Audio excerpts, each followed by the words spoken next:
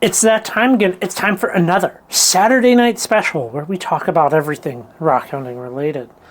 And there is plenty to talk about this week. Well, we got the Rock Roller show.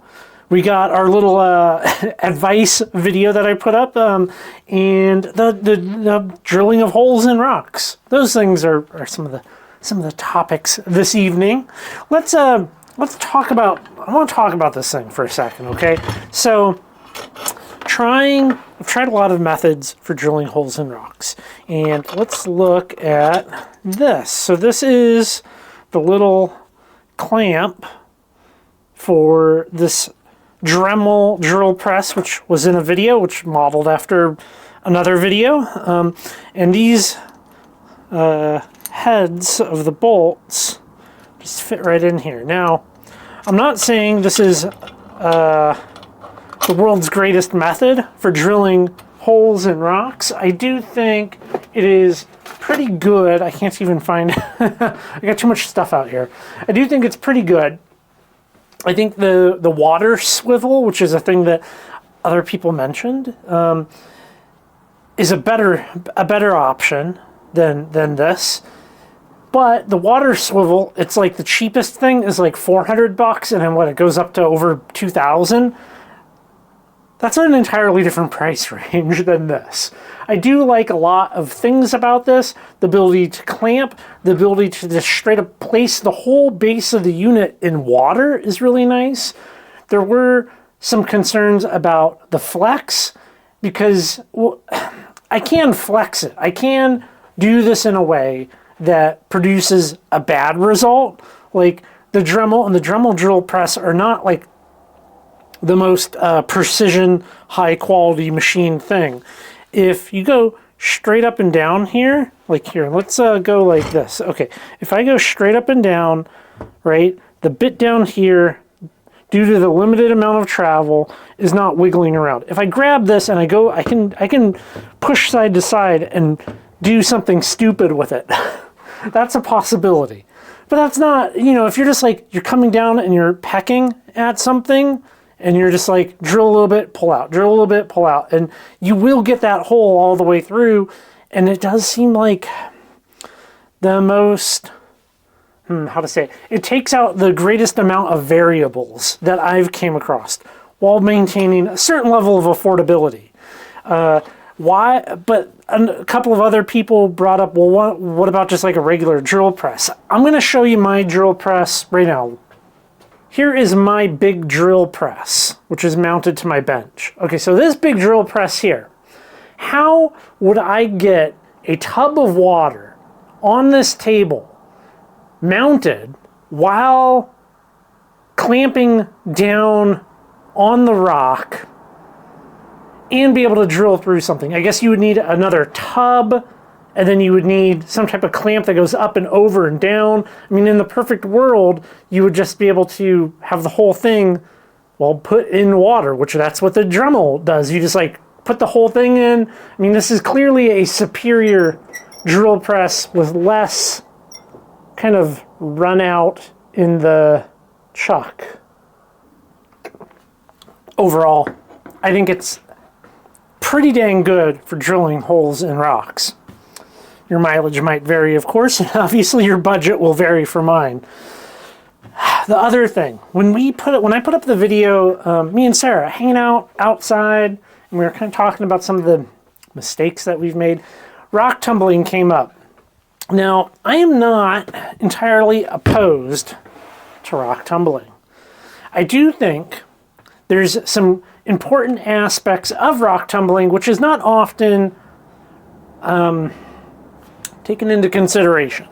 Often somebody expresses an interest in rocks, and somebody, you know, it's like a birthday, Christmas comes up, and somebody gives that person a rock tumbler. And to get really good rock tumbling results, it takes a lot of time, and there's a significant amount of, well, shrinkage of your rocks. And the material matters a lot.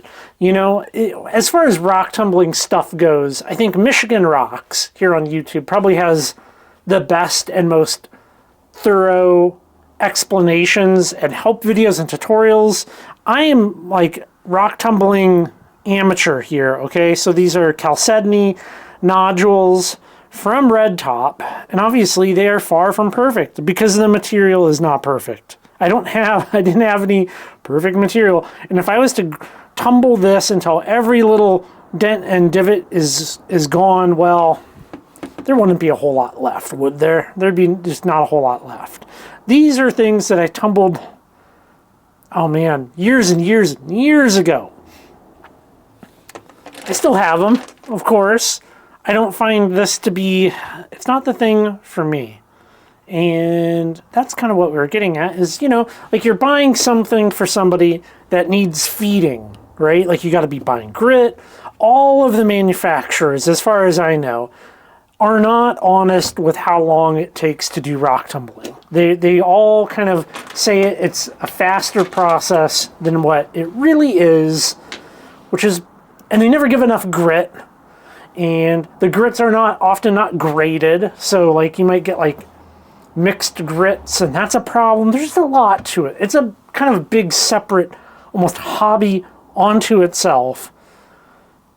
So although it can be fun for some people, we have to be honest that it's a thing that can take, you know, 6, 7, 8, 10, 12 plus weeks of grinding and mistakes and a rock exploding in the tumbler, and now you're fixing it, and there's just a big learning curve to it all.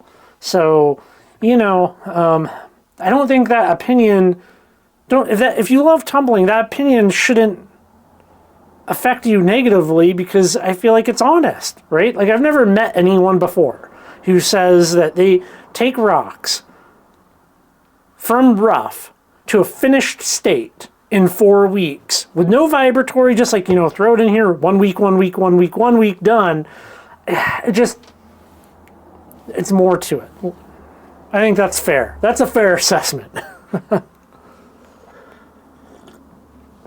got something new this week as we start to approach springtime and the melt is on us. Well, one thing that I do every year is I break out all of the different rock tools and I clean all my rock tools up. And kind of what that means is, you know, like I have my little assortment of stuff, right? Like my chisels here. One thing that I'll do is so we have like a flat chisel here.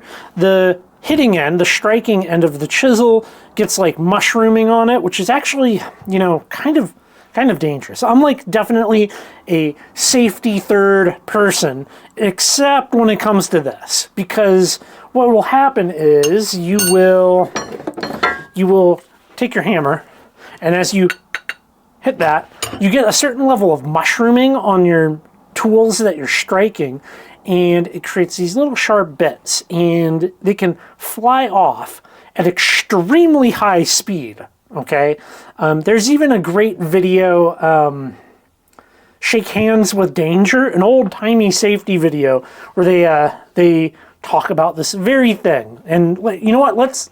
I can put that in here, I think. Glenn Greenwood was victim of another kind of mental hazard, ego. How you doing, hotshot? It's stuck in there tight. Did you get that pin, driver? No, but I got this drift. Just give it a whack. Glenn knows the risk of striking hard against badly chipped metal, but he's wearing safety glasses, and there's a macho thing involved here. Glenn doesn't want his friend to sneer at him for being overly cautious. So, Glenn shakes hands with danger.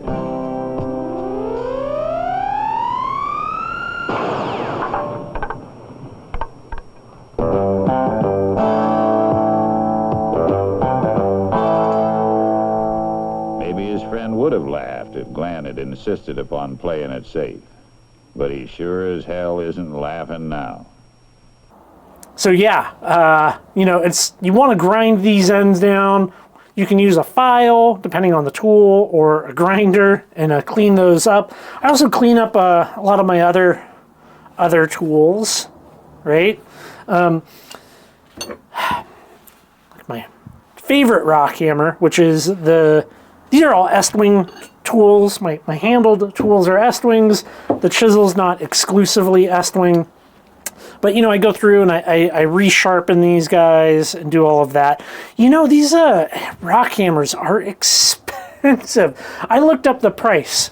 My very first rock hammer I ever bought was $18. This rock hammer today, $45, which is wild. Wild to me to, that's quite the price increase. So, you know, yeah, take care of them. I take care of them. I try to make it so they don't rust out. I clean them up. I make sure, you know, I get all the mushrooming off of the heads of these so that they can last for a very, very long time. And there's just something about that beautiful blue Estwing handle, the way it wears in and kind of gets smooth and shiny from your hand. So these are the primary tools, right? Rock hammer, hand sledge, the roll of chisels, the gad bar, right? And this is another one where you strike on this head and you want to come in with a file and clean it up and make sure it's nice and you're good here. Probably one of my favorite tools is this. This is the Estwing GeoPick. It's almost like a little too big for this space here. But this is a great tool if you want to like move a bunch of rock and dirt that's kind of like in the earth. You want to punch holes in the ground. The GeoPick is excellent, an excellent addition. These four things here kind of make the bulk of what I like to use. Well, there is one tool from Estwing that's been missing from my little lineup here. And I saw a good deal on it, and I picked it up, and I don't quite know how I feel about it. And that is this thing. This is the Estwing Burpee. This is a burpee pick, and it's like the little brother to the GeoPick. The quality of this, as they sent it, is not impressive at all. And in many ways, I feel like Estwing they've slipped a little bit. Like, it's just not what you would expect for a tool like this. Like, they got paint on the handle, right? It's kind of chipping off in a little way, which that's not so much a problem. We'll get into that here. They painted the head of this. Couldn't even get their sticker on correctly. It's just kind of like not... The fit and finish on it is not good. Like, this is all rounded here on this backside. This is like a razor edge, you know, like that is a sharp edge for a tool with a handle. Also, they have magnets in the head. I don't know. This is also incredibly blunt. Like, that is more blunt than what I profile that edge to.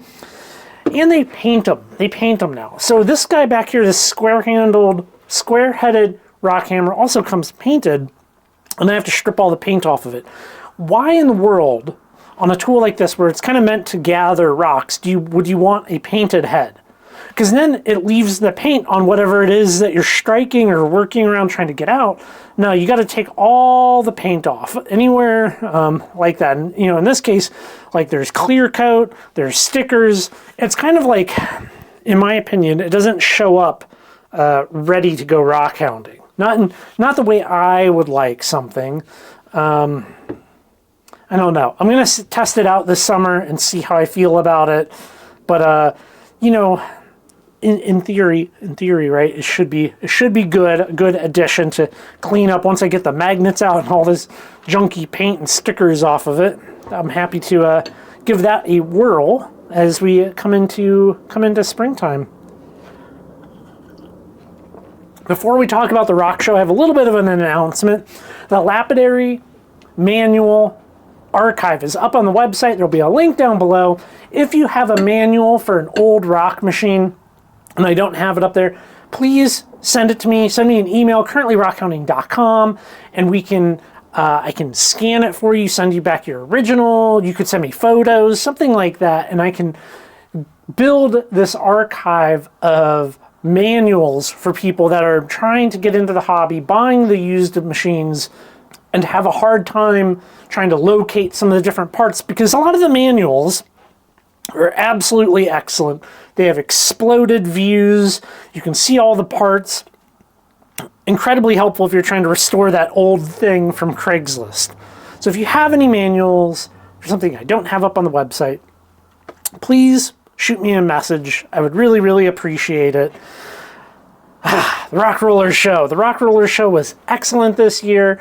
It's still going on. If you're watching this on the release day of the Saturday night special, it's March 23rd, and well, it's going until March 24th.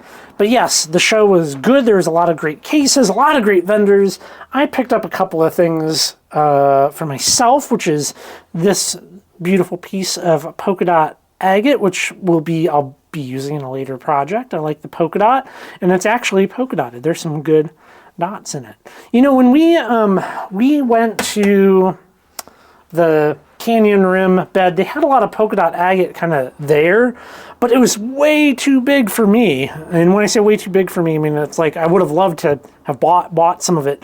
But when you have a 14-inch slab saw, you're definitely limited in what you can process down. Like, I kind of need stuff that's like the right shape for my saw. It's got to kind of be blocky, and it can't be too big. And I get why maybe things like that sell out the quickest because, well, lots of people have littler saws. Fewer people have, you know, the 18, 20, 24-inch saws. So, but someday I'll get a bigger saw. At least I'm going to keep telling myself that. Every time I see something I want, I'm like, ah.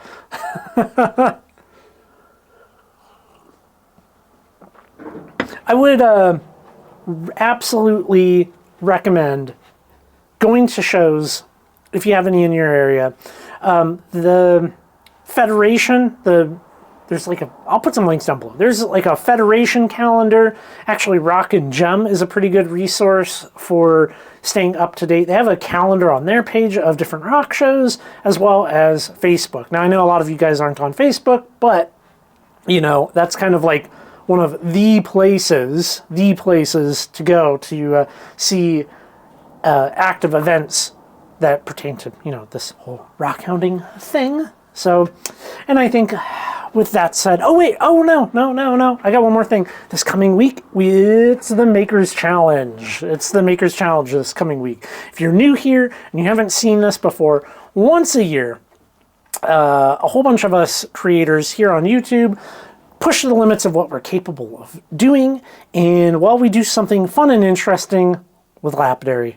So there'll be, I have a video going up this week, as well as a bunch of other great creators. Theo Kellison is kind of organizing it, and he put together like the announcement video, which I'll throw a link in here to that. Go check that out. Stay tuned. I have a very fun project that definitely pushed me out of my comfort zone, and I hope you like it. Well, thank you guys very much. Go check out the website, currentlyrockhounding.com, and I will catch you guys on the next video.